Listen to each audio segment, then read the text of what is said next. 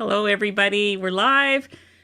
Welcome. Nice to see you guys here on a Sunday night. We're going to be talking about ketones tonight. First, just a little bit of housekeeping. For those that don't know me, my name is Anita, and I've lost 145 pounds following this way of eating. There should be a before picture coming up there somewhere. There we go. There we go. So that was me before. Still working on this journey. I'm the subject of ketones comes up for me every now and then, and so I'm going to share with you some of my experiences over the years of when I cared, when I didn't, back and forth, things like that.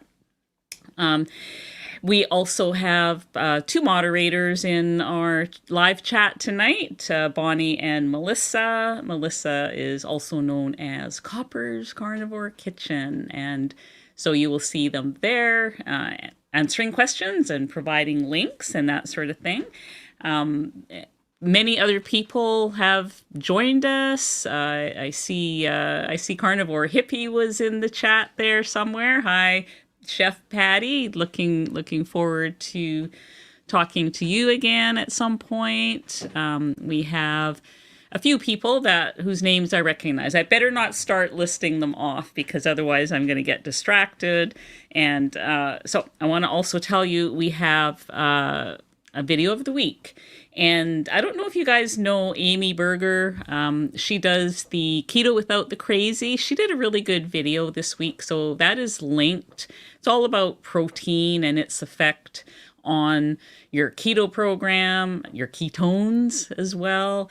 There it is protein ruining your keto diet? Melissa has put it into the live chat for you to have a look at. But all of the things that we will mention tonight, those will also be in the video notes as well. So if you're watching the replay, you can find all these links there. What else? There is no giveaway, just so you know. So tonight's kind of a busy night, and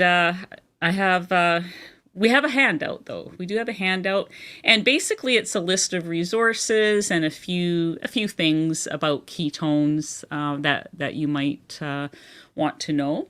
And I think probably many people here who are quite experienced and have been doing this a while probably know some of what I'm going to say, but I'm just going to go through a couple of basic things first, then give you some of the things that have happened to me over the years and some of the experiences that I have had, and then we'll open it up to questions because I feel like this subject will probably generate lots of questions, and I will do my best to answer them for you or point you in the right direction. So what exactly are ketones? How do you measure them? Do we need them even? And that might be a provocative statement right there. Ketones, or ketone bodies as they're sometimes called, are acids that your body makes when it's using fat instead of glucose for energy.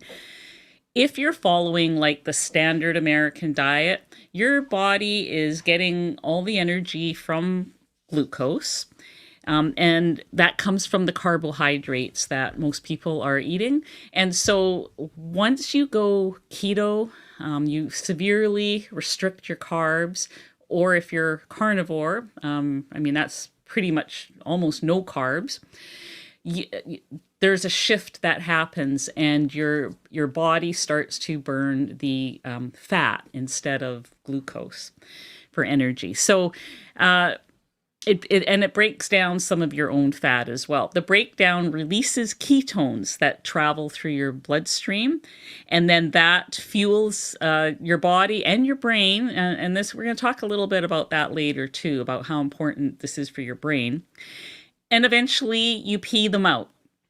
Now, in the beginning, when you are first going into ketosis, and if you go from standard American diet to keto, that generally takes about 4 days, but it could be plus or minus.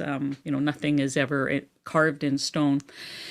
Most people are able to, at that time, in the early days, use what they call ketone sticks, or we call them pea sticks, whatever. Basically, there are these little bottle of sticks you can buy. You pee on it, and there's a little chart that you compare the color to, and that tells you, am I in ketosis? Do I have any ketones? And so I remember people seeing pictures of sticks that people peed on, that they showed on on Facebook or whatever. They'd be like this dark purple color, or just pink, or whatever. And I always thought that was funny, like, because I'd be looking at it going, you peed on that stick, I don't want to see it. But there we go. Some of us are more squeamish about these things than others. One of the good things about the sticks is that they're cheap. You can get them from most drugstores. You don't need a prescription. So and I think that's why a lot of people go there first. They become less accurate over time, though, as you become fat adapted.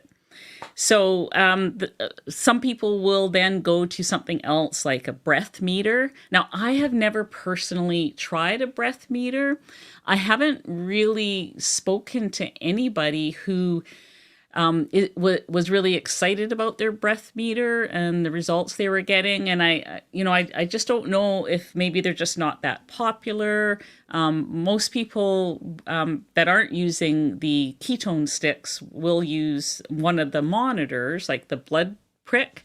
So I have two, and I've used them both. They're identical in the way that they work. One is the Keto Mojo, and the other is the Fora 6. So I'll tell you why I have two. I didn't know how hard the sticks were to find, and I found a place in the States. I'm Canadian, for those of you that don't know. And so I thought, well, I want a Keto Mojo. It was the only name I knew. And so I found a supplement place in the US where I could order my Keto Mojo online. And it came with, 20 or 30 sticks. And these measure both blood glucose as well as ketones. And so it came with 2 sets of sticks. And then when I ran out of sticks, I went to try to find sticks for it. And you think I could find them? It was really difficult and costly. I mean, that's one of the drawbacks of using the meters. They can be costly to get the sticks. And so I did that once or twice, and then I thought, no, there's got to be something else. And that's when I found the Fora 6, which has a distribution center here in Canada. So I can order this plus any replacement supplies. Still pricey, but I get it in 2 days, just as though I was ordering from Amazon, because they have a distribution center in Vancouver, and I live fairly close. So I feel like this is a good option for Canadians if you can't find a Keto Mojo. So they work exactly the same. They also give you both those machines give you your GKI number, and your GKI number is kind of a measure of whether you're in nutritional ketosis or not. I'm just going to pull up this chart.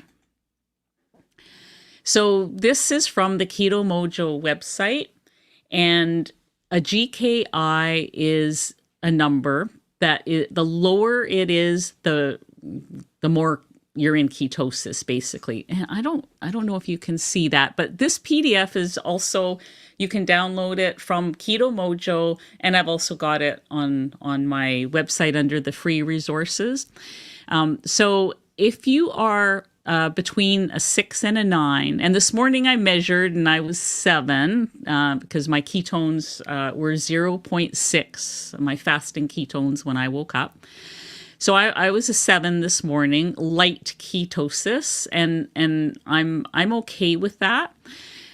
Between 3 and 6, you're moderately in ketosis. Between 1 and 3, a high state of ketosis, and less than 1, like you're in that really healing stage. And we're going to talk about why and when you would want to be there, as opposed to where I am right now, which is just moderate and light ketosis. So so I've got the links for both of these below. I do not have a discount link for the Fora 6. I do have a 15% discount link for the Keto Mojo, but it's an American site, so probably not for Canadians. But as far as getting supplies go, I recommend the Fora 6 for Canadians anyways. So I just thought I'd mention that. Let me see here. The other thing I wanted to talk about is this book. This is Dr. Baugh's Keto Continuum. This book, I like it because she goes into great detail. Let me get this off of the screen here. She goes into such great detail about everything to do with ketones, ketosis, all of the things that happen in your body from day 1, day 2, day 3. Like she goes day by day through what it's like to start a keto diet, what it's like to be in ketosis, and how you can tell, and all her recommendations. So regardless of how you feel about Dr. Boz, because I do get people on both sides of, you love her or you hate her. It's kind of funny. This is a great book, and I refer to this book quite often, and I like it's very readable too, and easy to understand. So I do highly recommend it. There is a workbook that goes with it. I never did use the workbook. I found it quite easy to follow along, and so I do want to recommend that. In the handout, there is a lot of other videos and resources that we have provided. So thank you to the moderators for helping to put that together, and that link is on there. But I want to say, and this was a statement I'm taking out of Amy Berger's video, and it is that not everybody needs to be in ketosis to experience the health benefits of carb restriction. So this is where you get, those what seem like polar opposite opinions about ketones. There are people who would look upon me with disdain for testing my ketones because I'm chasing ketones. And then there are others who say, well, if you are following a ketogenic diet, you're not following a ketogenic diet if you're not in ketosis, and you don't know if you're in ketosis unless you measure your ketones. And so you have these seemingly opposite opinions. But I feel like that, neither of those is a right or wrong statement. It really depends on what your goals are and what you're trying to achieve. Because there are some good reasons to check your ketones and be in ketosis. And not everybody knows what they all are. When I first learned about a keto diet, it was from a woman who had a son with epilepsy. And that boy had up to 400 seizures a day, and they were going to they were looking at institutionalizing him. And she is an old school friend. So like I'd met her years and years and years ago, and I found all this out from having lunch with her and another friend one day. And I was just floored Now, at the time, this was before I started keto. I was doing Atkins at the time. I was trying that out, and her story about her son, and so just so that you know, they put him on a medical keto diet, which meant very, very high fat, like really high fat. I mean, the boy was drinking cream and eating butter for some of his meals. But today, I mean, he drives a car. He has a job. Like, he does not have 400 seizures a day. So, there are good reasons to be in ketosis, medical ketosis, and I can bet you that his GKI would have probably been less than one. Epilepsy is one, and I always bring that one up because of that story, and that's how I got introduced to keto in the first place. Cancer. Dr. Boz has another book. It's about her mother. It's called Any Way You Can, and I highly recommend that book as well, because that's how she got onto keto, was through reading studies and realized that possibly it could help her mother, and it did. So, and there are doctors today who prescribe, the keto diet for cancer diagnosis, because, if you just think about it, the bottom line is that cancer feeds on sugar. So following the standard American diet is not the best thing, if you have cancer. Mental health. I mean, if any of you have read Dr. Georgia Ead's latest book on Change Your Diet, Change Your Mind, it's all about mental health, and it's just miraculous what it can do for people who have mental health conditions. Cognitive decline, and this one is near and dear to my heart, because, my mother was, she had dementia, Alzheimer's.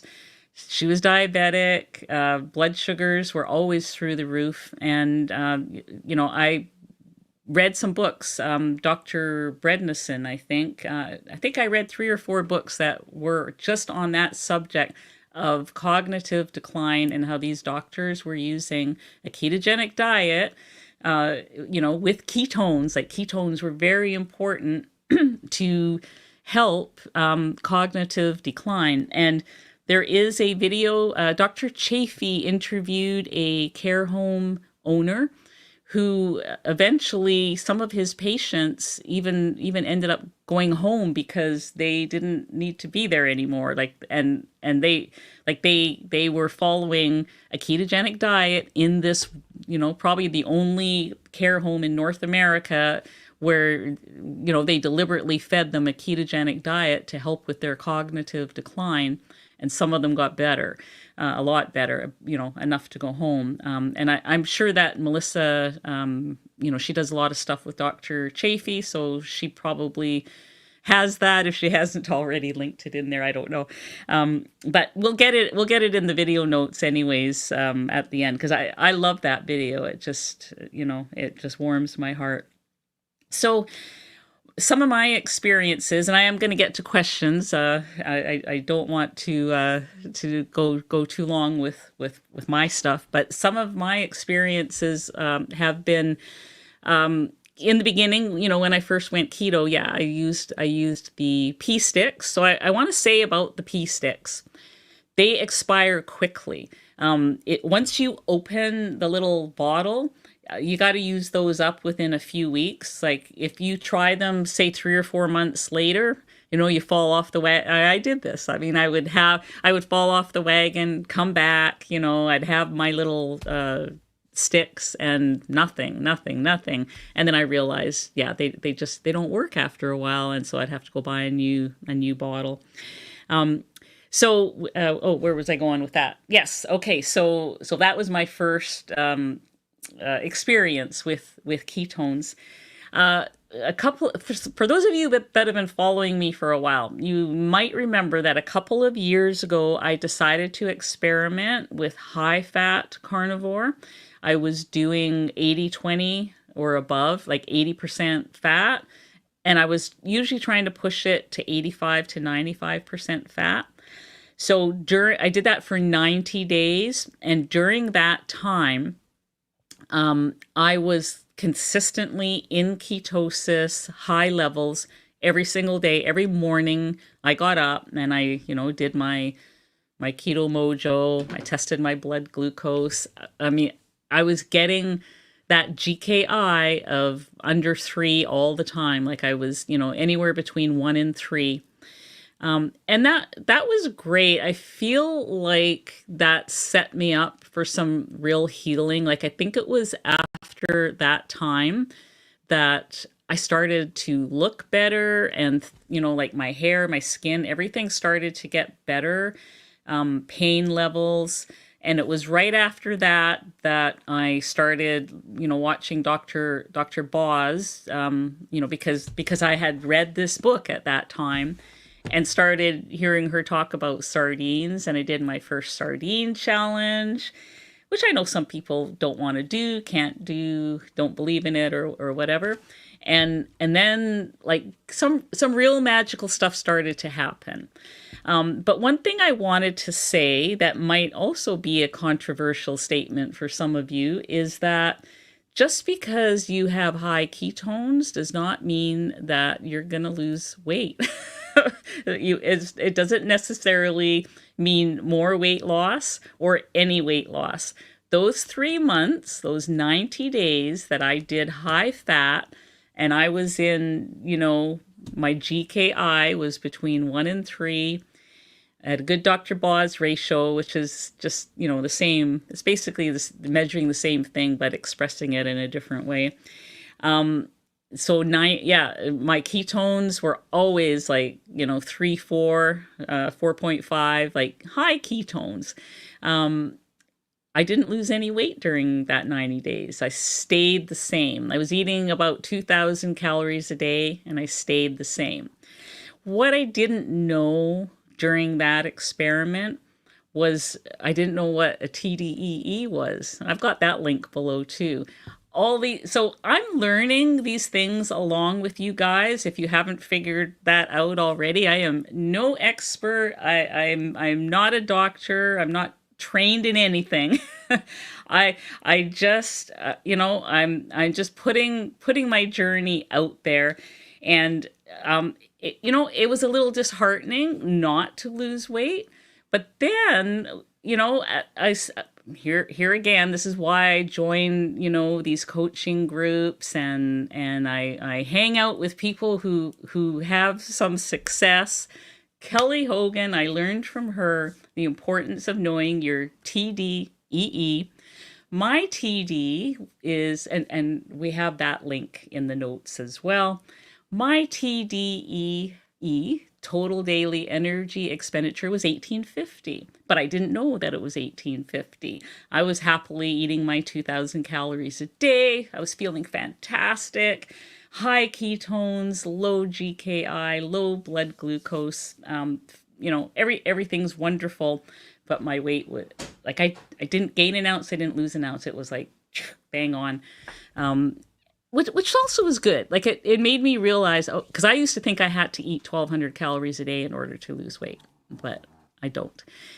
So now I know that had I just scaled it back a little bit, that probably it would have been different results.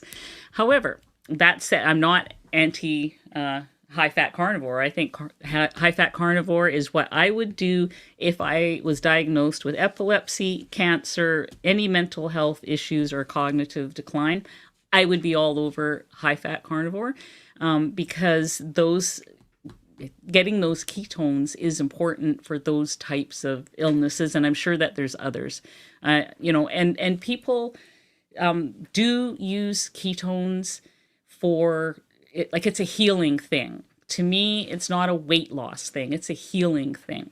Now, if you can combine it with, eating the proper human diet, not eating, way past where you should be, the way I now know that I was, and all that, I think it can be a good thing, depending on what your goals are.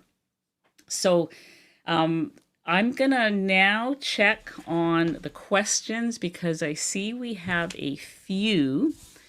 And I need to move some things over here so I can get to them. Okay. So let me see where we are at here. We have a new member, What Works Nutrition. Thank you for becoming a member of my YouTube channel. I'm very appreciative of that. To shout, is it better to do intermittent fasting or eat when hungry? Doing too mad right now, 2 meals a day. Well, I mean, I'm a fan of intermittent fasting. And I'm also a fan of, eat when hungry is what they call intuitive eating. Now, some of us have our intuitive eating switches might be a little broken. So really it depends on where you're coming from. What is your background? Do you have a history of, say, binge eating or food addiction? That kind of thing, a long history of obesity. So what I have found for myself, that my hunger signals, were very spotty and sketchy and could not be trusted. So I'm the type of person, with my long history of all those things I just mentioned. The problem with myself eating when hungry is that it wasn't, those signals were not true for me, or they were false signals, or, just seeing something. Like I could have a big dinner, and it's like that feeling, okay, so you have a big turkey dinner, it's Thanksgiving, you're stuffed, and they bring out the pie, and there's room for pie. Are you hungry? Probably not. But you make room. And so for me, I was kind of always like that. So eating when hungry does not work for me. I need a schedule. I need boundaries and parameters. I need some rules to follow in order for me to be successful. That might not be you. Many people. So Dr. Chafee and Dr. Baker are good examples of, they eat when hungry. They can do intuitive eating. And I'm betting that many of you who are watching, if you find yourself, thinking, I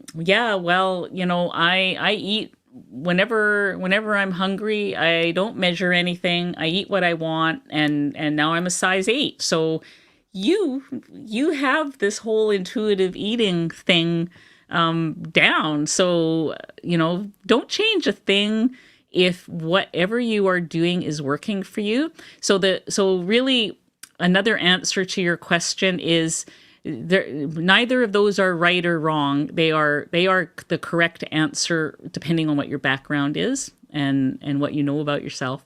And so that's how you have to kind of look at it. So I hope that helps somebody out there. Okay, let me see here. Is there a correlation between ketones and bone strength, trying to battle osteoporosis?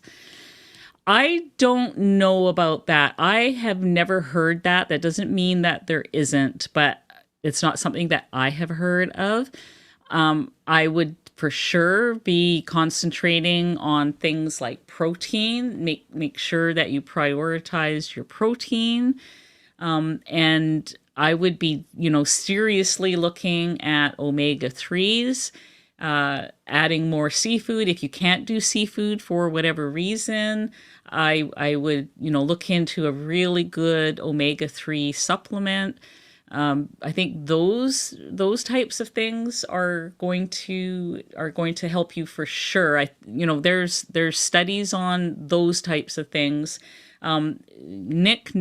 Nick Norowitz, for those that know him, he had some studies on one of his videos, regarding, he's a fan of sardines too, so I immediately fell in love with him.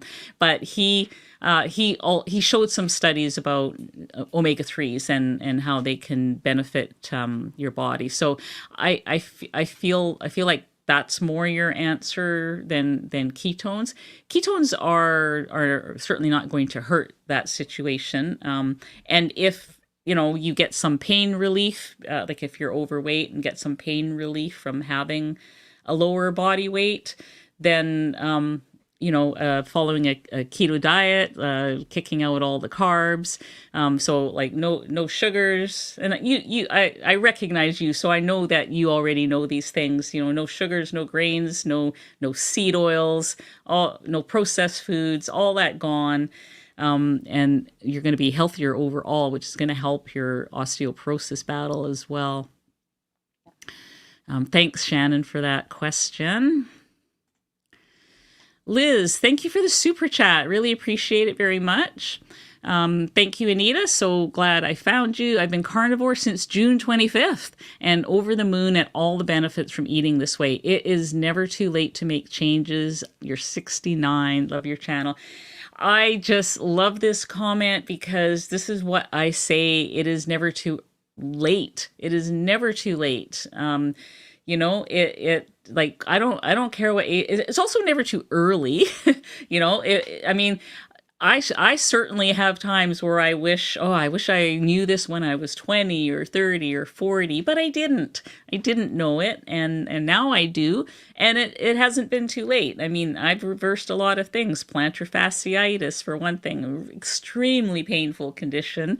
If you've ever gotten out of bed after, and you have it, you know what that feels like. I'm supposed to have a knee surgery. I'm on a waiting list for it. I don't think I need it. I'm not going to have it. The pain is gone. Yes, my knee is still bone on bone, but the pain is gone, and that's the reason for having a knee surgery, is to alleviate the pain. So nothing to do there really. I mean, they'll go in, and then what? So yeah. But thank you. I appreciate that, and I appreciate that. I mean, you're just a baby carnivore too, and you're excited about the changes. So just wait a couple more years, and you'll be a pro too. I want to put up this comment from Bonnie. So for those of you that have the older Keto Mojo, so my Keto Mojo says GK plus. That's the GKI index. This is the newer model. The strips and things, they don't work with the older model, but you can upgrade it if you want. And so this link here that Bonnie has shared in the live chat, if you have the older model and you want to start measuring your ketones again, you can follow that link to get a trade-in, and they'll so then you'll be able to buy the new strips and whatnot. So thanks, Bonnie, for posting that link there. Charlene, I have been doing carnivore strictly, no cheating for almost 5 months. Good. I'm no longer getting my keto sticks to show any ketones. That, you know what that is? That's a yay. That's a win. They will stop showing ketones. They might be pink, like the very slightest pink. That is a sign that you're fat adapted. So now for carnivores in general, they do have lower ketones. Like mine are usually 0.6. 0.7 at, on a good day, 0.5 is not unusual. And I'm a strict carnivore. That is normal according to according to a lot of doctors, that is normal. According to Judy Cho, a lot of carnivores that I have talked to, that is, it is normal. Now, if you're there, if your ketones are 0.5 or 0.6, that's going to be really hard to show up on one of those pee sticks. I would just throw them away. Don't worry about it. If you're feeling good and all that, this is working. So the thing I really don't think you need to do anything. If you want to, you know, spend the money and get the blood meter, then that will tell you. So the thing with the zero point 0.5 or the zero point 0.6 or whatever, a little bit, it's like a pregnancy test. You know, you're either pregnant or you're not when you get your test back. You can't be a little bit pregnant. And so with the registering of a low, oh, there's a bug after me, registering with a low ketone number, like I used to think, oh no, I'm only zero point 0.6. But what I didn't realize is that I'm making ketones. I am making ketones, and if you want to up your ketones a bit, and this still might not register on your sticks because you're beyond the sticks now. Is to go a little higher fat or do a fat day, fat fast day, butter day. Some of us are going to be doing a butter day this coming week. Just to test this, just to see how high our ketones will be the next morning. Yeah, these are the fun things we do once we're once we're carnivores and we can't entertain ourselves with popcorn at the movies. We do things like a sardine day or a butter day. It's all great fun. So, I don't even give it another thought. There's nothing to be done there except celebrate that you're fat adapted. Sherry, I have a keto mojo, but cannot get enough blood out of my finger to get a reading. I warm up my hand, I massage my finger, I squeeze my finger. Anyone else have this problem? Any suggestions? Oh, wow. So, does like your stick, does it have the dial where you can maybe you just need to dial that up? Let me just grab my stick here. Usually they have they have a dial from 1 all the way up to 5. Maybe you need to go higher up on that dial. It's going to give you more of a poke. The other thing, a lot of people, here's a mistake that some people make, is they poke in the fleshy part of their finger. And that is not ideal. That hurts. And the first time I did that, I had a bruise for days on there. You want to poke right at your cuticle, on the front to the side of your finger. So if you poke there, you should get enough blood to do both the sticks, like both, to measure your ketones and your blood glucose with one strip. Hopefully it's one of those two things, and you can change that. Thank you, Dee Lee. Very nice of you. Amy, I've been following a strict carnivore diet for 6 months. I've only lost 14 pounds. 14 pounds that's a whole dress size. I feel better, yay, and have noticed some changes with skin issues. Yes, I have too, and people have commented, that my skin and my hair have improved. And you're 71 years old and you love the egg diet. I love that too. You're not doing anything wrong. It is going to take time. I don't know if you have much more to lose. And you didn't really say exactly what your question was. But if your question was that, how can I speed it up? Why have I only lost 14 pounds? 14 pounds is textbook. Really, when you think about it, because you want to do this, slowly. And, I think there's many good reasons for that. And, the carnivore diet is not in and of itself a weight loss diet. It is a healing protocol.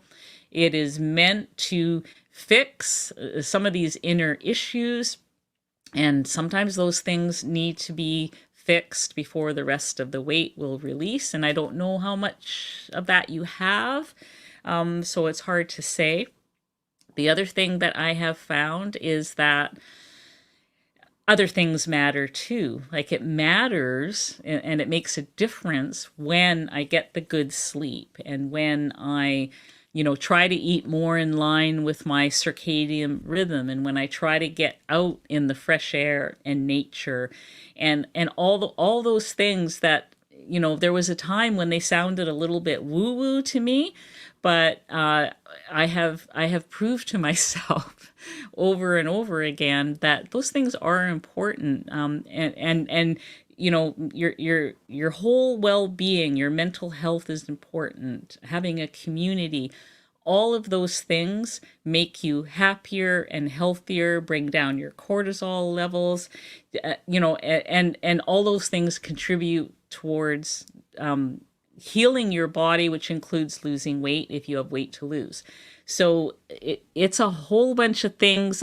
What you're eating is really important. You can't out exercise or out circadian rhythm a bad diet. But once you've got that diet down pat, and at 6 months, you're still a baby carnivore too. So keep going and start thinking about some of these other things, like your whole life wellness. And I think that you'll see over time that if you have weight to lose, that it'll start to happen again. It never happens on our schedule, how quickly we want it. And also the scale is only one measure of many. I now track my sleep scores, and I have a, body comp scale. So I can tell if my weight goes up, but, maybe my body fat percentage went down. Those are good things. And so there are more things that can be tracked other than just that number on the scale. The scale can be a lying liar that lies. And so, just keep going how you're going. You're doing the right thing. You really are. Thanks for sharing. Becky is, thank you for sharing your journey with us. You're such an encouragement for me. Much appreciated. You are so welcome. Thank you for being here, Becky. Patty, is 70-30 or 75-25 considered high fat? So 70 to 75% fat, that's pretty much standard carnivore. So that would be like a ribeye steak, pork bellies, brisket, those sorts of things are in that higher fat range. The standard American, medical, whatever they are, they would consider this to be off the charts, high fat. You guys should be lowering your fat and blah, blah, blah, blah, blah. But in this world where we are, that is your average standard carnivore diet or keto. If you're doing keto, 70-30 is right bang on in there where most people are, on a good keto diet. But if you want to try high-fat carnivore, it is at least 80% fat and above. And when I was doing my 90 days, I tried to push it between 85 and 90% fat. And I actually have a whole playlist where you can follow my 90 days. Like I shared charts, I shared I did a weekly thing where I summarized, okay, here's what I ate this week. Here's my chart for the week. And I shared my GKIs and my ketones and blood glucose and all that stuff. And lots of recipes and what I eat in a day, doing high fat. So, there's a whole playlist for that. It's sort of entertaining for me to go back and look at it, and since then, I have lost more weight, and I do believe that doing that, even though I didn't lose weight during those 90 days, there's some healing that happened. I was getting better sleep, all kinds of things were happening, and the very next month I lost 5 pounds, even though I wasn't doing it anymore. And I think sometimes, if you do some things right and nothing is happening on the scale, it'll happen later. There's a delay. There can be a delay for sure. So I have no regrets from doing that. Mom of 3 adults, hello again. Thank you so much for all you do. You are so welcome. Thank you for being here.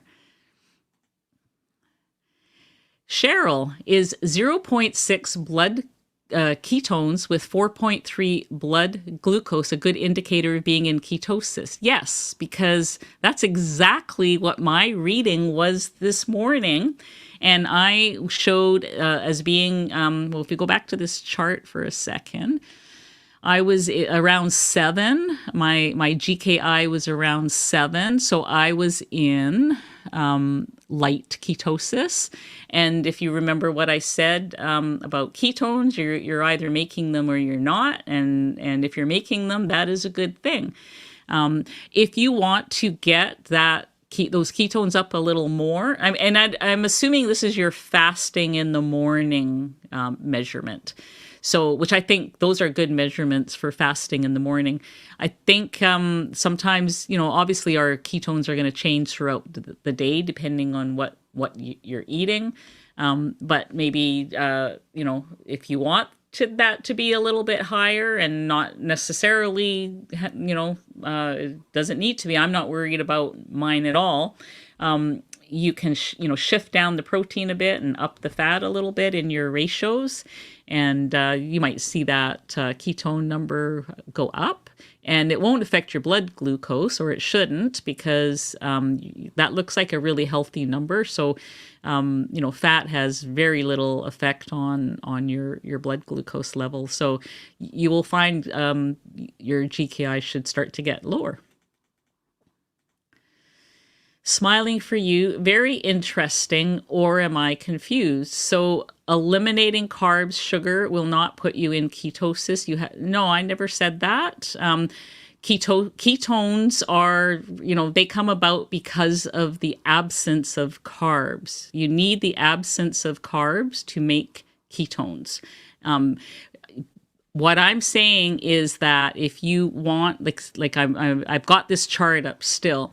If you want to be up here, if you want like medical level deep ketosis for healing certain things, like we talked about cancer and epilepsy and those sorts of things, if that's what you're looking for and you need those higher ketone numbers so that you can get a lower GKI, then high fat is going to get you there.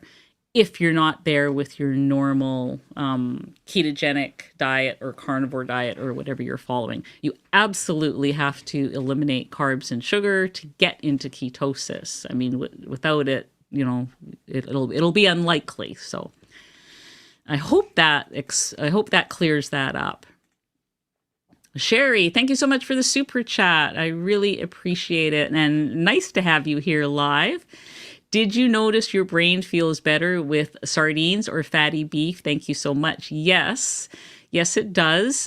Because, if you, I wish I could remember those doctors' names that, it's been a few years since I read their books. I was reading Dr. Prednisone. I'm sure he is one of them.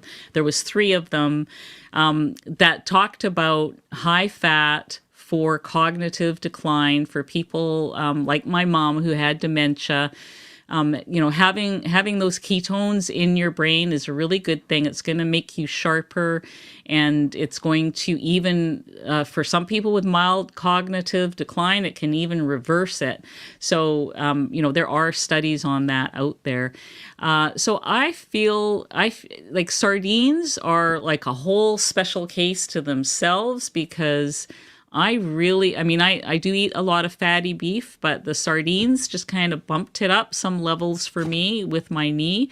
There are most days, I don't even remember that my knee is bone-on-bone arthritis. I just live my life. And so I think it's the same, with your heart and your brain.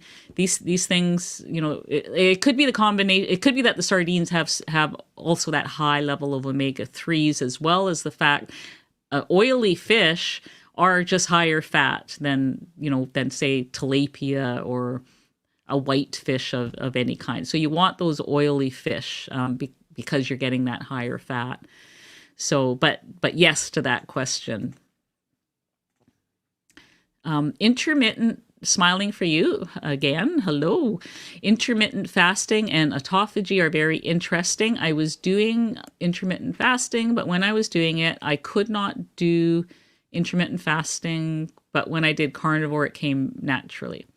Oh, when you were doing keto, you couldn't do it. Okay. Well, yeah, there might. Oh, I'm gonna get this chart off. There might be some reasons for that. I also have a much easier. I really struggled with any type of fasting when I was keto, but doing carnivore, I could easily fall into a two-mad. OMAD I've never quite been able to do, but two-mad easily. And I even when I have 3 meals a day, I often eat it in a 16-8 eat it in an 8-hour window.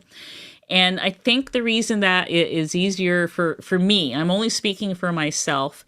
When you're keto, you're eating a certain number of carbs. And I think that the carbs, can keep some of that hunger signal going, when you're thinking you're hungry. And I think that was really true for me. Doing the carnivore, it was like, it's like I have a dead appetite a lot of times. Not only that, the noise in my head, all that talking and chattering about food in my head, it's quiet. And I think, like, I didn't experience that so much on keto. Keto is fantastic, and I know a lot of people who do so well on keto. And like I like to say, if what is working for you is working well, please don't change anything. But if you're looking to tweak, some of those carbs are noisy for some people, and I was one of them. Carnivore hippie, the way Anita crushed it helping at Meat Stock. I'd have never known about her knee.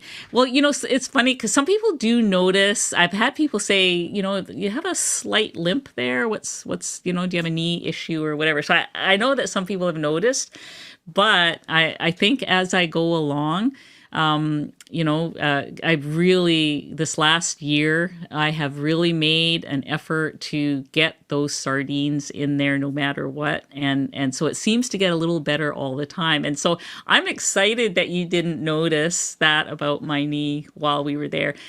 Chef Patty, also known as Carnivore Hippie, I learned so many great recipes from her when I was there, and she's an amazing cook. And so I'm really excited to be there again next May. It's going to be fun.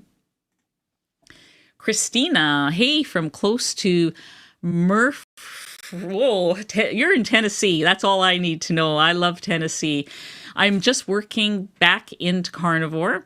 So glad I found you. I love the recipes you share so much. Thank you so much, Christina. Check out Meat Stock 2025. It is held in Tennessee. I will be there. Chef Patty will be there. Chris Cooking Nashville is apparently going to be there. All kinds of great people. Dr. Boz, I think. I shouldn't say that because I'm not 100% sure. But anyways, so many great people are going to be there. It's going to be fun. Tina, what can I do to alleviate the mild nausea that comes with ketosis? Yeah, some people get that, especially in the beginning. You haven't mentioned if you are new or not.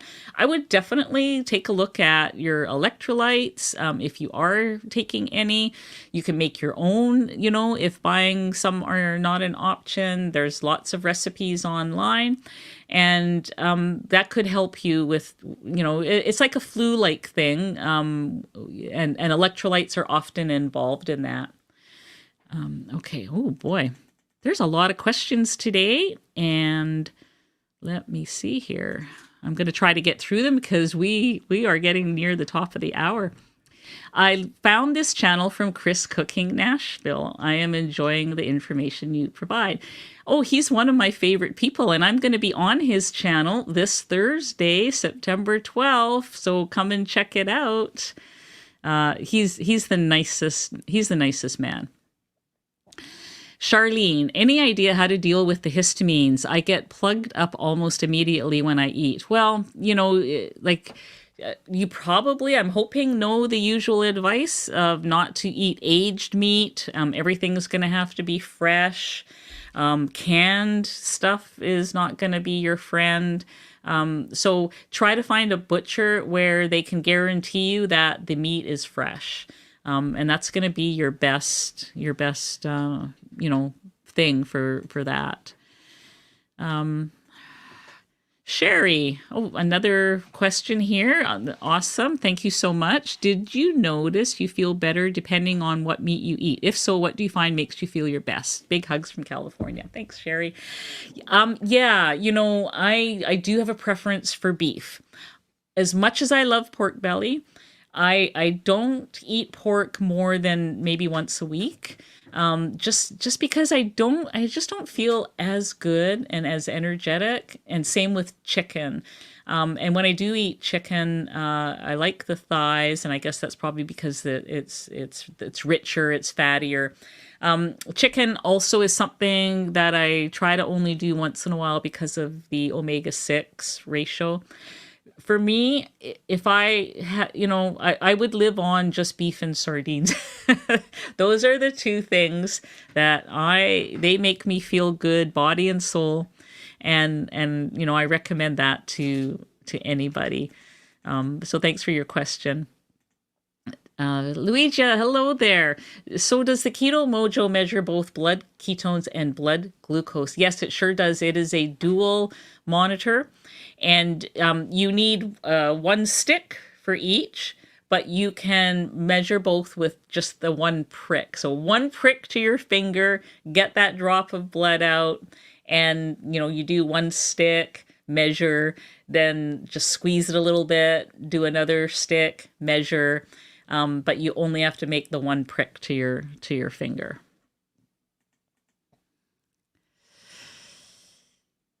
Just Jason Keto. Hi, it's so nice to see you here. Remember, one sure way to lower your ketone level is to stress about ketone levels. That is such a good point. Eat the way you should, and you will get into ketosis. Thank you for that reminder, because stress can also, raise your blood glucose up as well.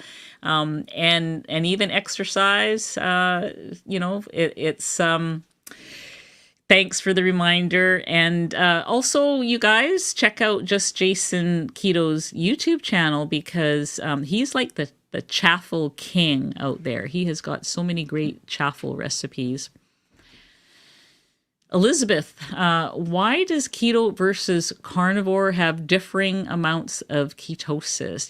I don't know. I'm guessing it's because of the higher protein levels that many carnivores eat.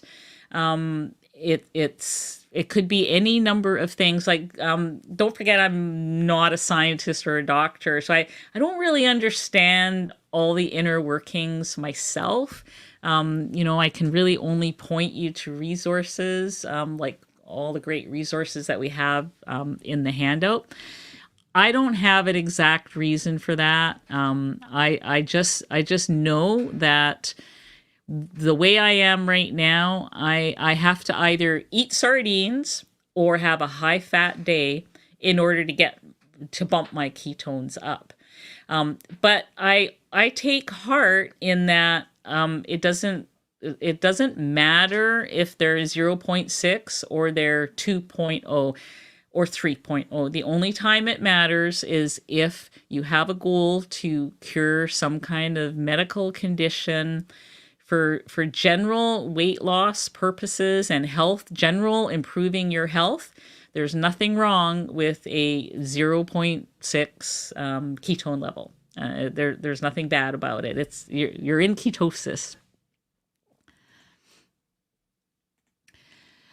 Val, we can now order direct for Keto Mojo. Check in. Oh my goodness, really? That is good news. That is good news. Thank you for letting me know that. I'm going to check. Oh my goodness. Trish, Reed, are there any carbs that you just ignore, like in coffee or butter or allulose? So, yeah, I ignore animal carbs because, as you know, there's carbs in eggs, liver, heavy cream, those sorts of things. Yeah, I ignore all those.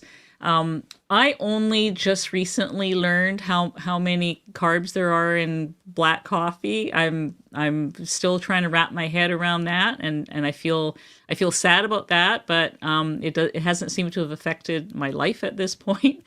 I don't use allulose, or like I'm not using sweeteners anymore, and I believe there's zero carbs in butter. There should not be any carbs in butter, from what I understand. But yeah, I ignore all animal carbs. Whether or not I'm going to continue to ignore coffee carbs is yet to be determined. We'll see. You guys will see me on a live at some point talking about it, I'm sure. Okay, I can't believe that was actually the last question. I just want to also give a shout out up here. I think I missed something. Just Jason Keto. He's gifted another membership somewhere, okay. Anyways, we are I want to thank you for that, Jason. But we are at the top of the hour, and this went by so fast. I just can't believe it. So that is why I knew that, we had to move quick and cram everything in there. Thank you guys so much for being here. I'm not quite sure what the topic is going to be next week. I'm still trying to work that out. But as usual, we'll try to have something where, we all learn something by putting together these live chats. And I learn so much from people in the comments, and I know that each other, like, it's sort of a big community effort for more education and learning about keto diet, carnivore, proper human diet, all that stuff, while we, move towards optimal health. So thanks everyone for coming, and we'll see you guys next week. Bye-bye.